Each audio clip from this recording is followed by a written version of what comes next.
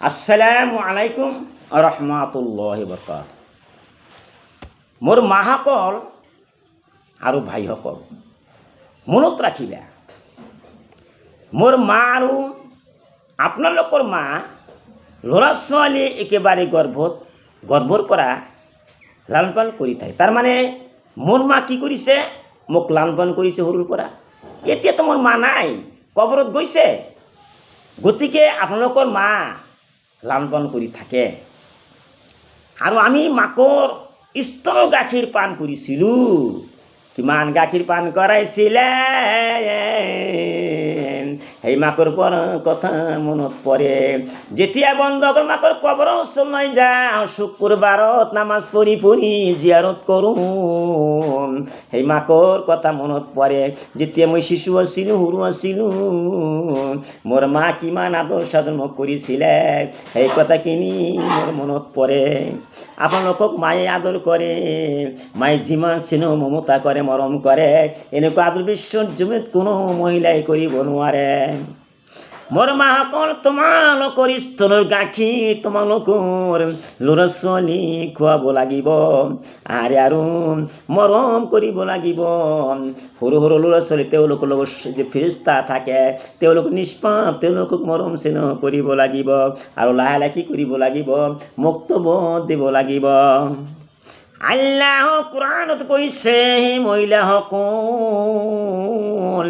তোমালোকৰ নিজৰ ল'ৰা ছোৱালী গাখীৰ খুৱাব, সৰুৰ পৰা 2 বছৰলৈকে খুৱাব লাগিব।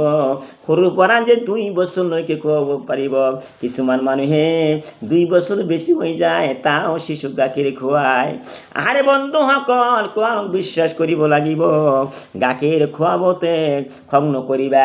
কিছুমান মহিলা আছে, যেতিয়া বুকুৰ পৰা গাখীৰ খুৱায়, সেই ল'ৰা ছোৱালীক খং কৰে, মাৰামাৰি কৰে, কিমান মাৰামাৰি কৰে, কিমান কষ্ট পায়। কিন্তু কষ্ট কৰিলেও, কষ্ট হ'লেও গাখীৰ খুৱাব লাগিব।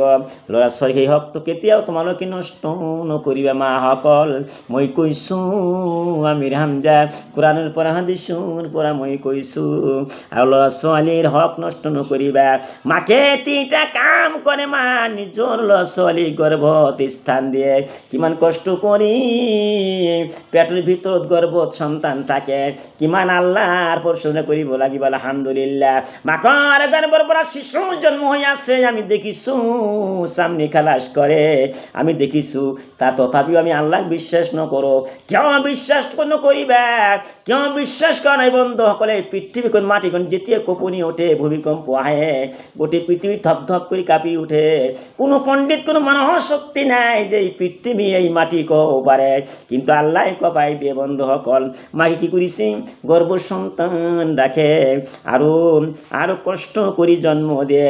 মাকে যদি সন্তান জন্ম দিয়ে, তেতিয়া মাকে কত কষ্ট করি, মাকর হুশ না থাকে, দুনিয়ার খেয়াল না থাকে, তেতিয়া সন্তান জন্ম হয়।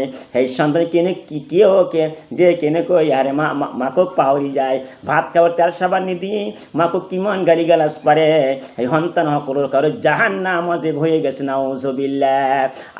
বন্ধুসকল, যুৱক ভাইসকল, যিবিলাক ল'ৰা ছোৱালী স্কুল কলেজ অধ্যয়ন কৰি থাকে, যিবিলাক মাদ্ৰাসাত পঢ়ি আছে, যুৱক ভাই বন্ধুসকল, মই কৈছোঁ, মই আমিৰ হামজা কৈছোঁ, তোমালোকে কেতিয়াও মাকক কষ্ট নিদিবা, মাকৰ কলিজা আঘাত দুখ নিদিবা।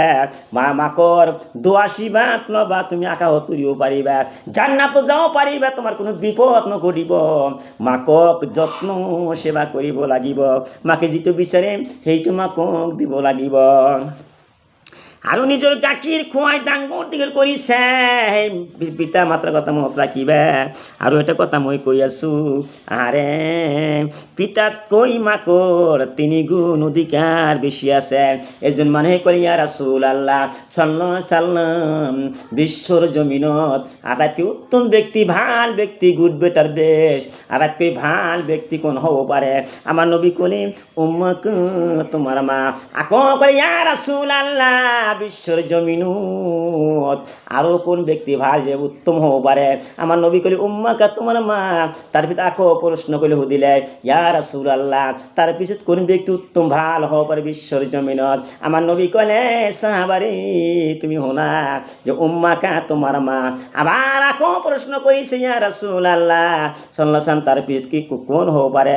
আমার নবী কলে আবুকা তোমার পিতা, তোমার পিতা। সুবহানাল্লাহ, পিতার কথা একবার কইছে আর মাকর কথা তিনবার কইছে। বন্ধু সকল কিয় আমার নবী কলে, কিয় বিশ্ব নবী কইছে? নিশ্চয় মায়ে ইমান কষ্ট করি লালন পালন করে ইমান দরদি বিশ্বজন কোনেও হব নোৱাৰে। আমার বন্ধুসকল মনত রাখিব লাগিব, মোর ভাই ভনীসকল মাকক ভাত কাপড় দিব লাগিব, যে সেবা কৰিব লাগিব। মই আমিৰ হামজা মই কৈছোঁ মোৰ মা কবৰত আছে, কিমান দিনে কবৰত গুচি গৈছে আৰু যে দুনিয়ালৈ আহিব নোৱাৰে। আপোনাক কৈছোঁ মই এটা কথা, যিবিলাক ল'ৰা ছোৱালী পিতা মাতা আছে, মইতো আমিৰ হামজা অসমৰ আমিৰ হামজা, মোৰতো পিতা মাতা ঘৰত নাই, তেওঁলোকৰ কাৰণে দোৱা আশীৰ্বাদ কৰিব। আমার যে মোর পিতা মাতা কবরত গুচি গৈছে, তেওঁলোকে যেন জান্নাতি হৈ যায়। এইখিনি কথা কৈ মই মোৰ বক্তব্য সামৰণি মাৰিছোঁ। উখিৰু দাৱানা আনিল হামদুলিল্লাহি ৰব্বিল আলামিন।